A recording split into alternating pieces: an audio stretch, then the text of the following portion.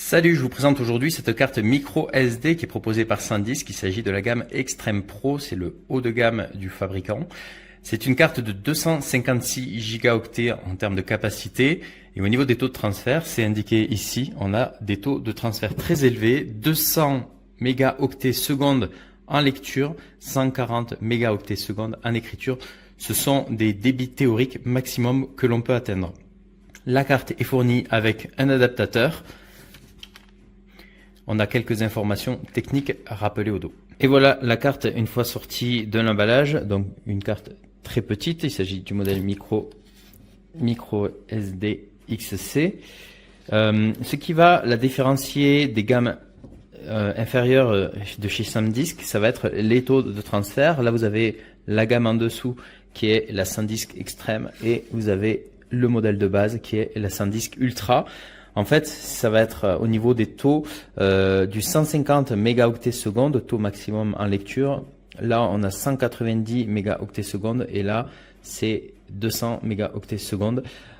Pour ceux qui ont un besoin exigeant dans le cadre professionnel, évidemment qu'il va falloir se tourner vers le modèle Extreme Pro qui par ailleurs ne coûte pas bien plus cher que le modèle Extreme. Je vous conseille de regarder les prix de près avant de faire votre choix. Quelquefois on peut avoir des surprises. Donc je vais faire quelques tests de débit pour voir les vitesses de lecture et d'écriture que j'obtiens. Et je vais me prendre sur le port USB de mon ordi portable qui est un Asus Republic of Gamer. Donc première remarque, par défaut, la carte est formatée en exFAT et la capacité réellement exploitable est de 238 Go. Donc pour faire mon test des taux de transfert, j'ai mis dans un dossier plusieurs types de fichiers de grosse taille, de petite taille, il y a des dossiers, des sous-dossiers, etc. Et au total, ça fait 20 Go et quelques, 1413 fichiers, 57 dossiers. C'est sur ces deux points, donc là, on va pas avoir de problème avec un disque dur externe. On va passer directement entre le disque dur interne du PC et la carte micro SD qui est ici. Allez, on est parti, on copie, tac, on y va.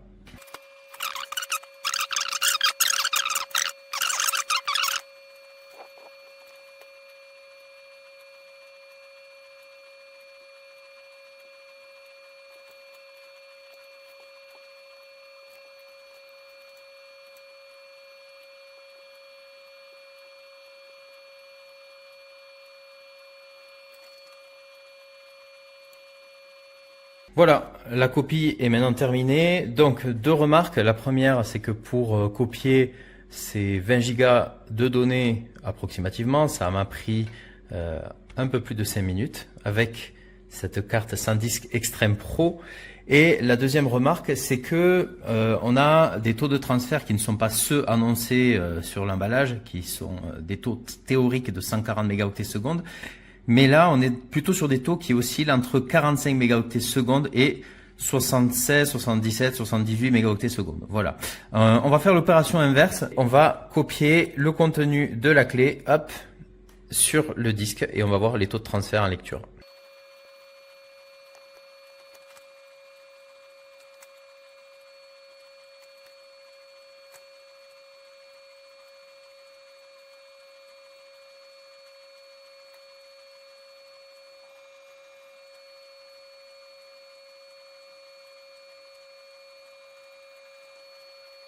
Donc voilà, maintenant la copie est terminée. On constate des taux de transfert qui sont quand même supérieurs. On est là plutôt à une moyenne de 85 mégaoctets secondes, alors que tout à l'heure on était entre 45 et 75.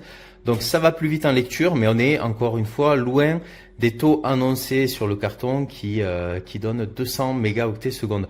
Mais là, volontairement, je me suis mis dans une situation qui est la plus proche de la réalité, avec des dossiers de tout type de format, tout type de taille, et c'est ce qu'ont la plupart des utilisateurs d'ailleurs. Donc petite remarque, à l'éjection, la carte est chaude, mais honnêtement, je m'attendais à ce qu'elle soit beaucoup plus chaude que ça. Là, elle est tiède. J'ai l'impression que les modèles Ultra ont tendance à chauffer beaucoup plus. En conclusion, cette carte micro SD SanDisk Extreme Pro 256 Go offre de bons débits en écriture. On est très loin des infos qui sont communiquées sur le carton, 200 et 140. Par contre, les performances sont bien meilleures que sur la SanDisk Extreme et bien plus importante que sur la SanDisk Ultra. Alors, elle coûte un peu plus cher, mais pas forcément. L'écart de prix n'est pas forcément très important entre le modèle Extreme et le modèle Extreme Pro. Donc, j'aurais tendance à dépenser peut-être quelques euros de plus et partir sur un modèle nettement plus performant pour gagner du temps par la suite. Voilà. J'espère que cette présentation vous a intéressé. Moi, je vous retrouve prochainement pour une autre vidéo. Bye.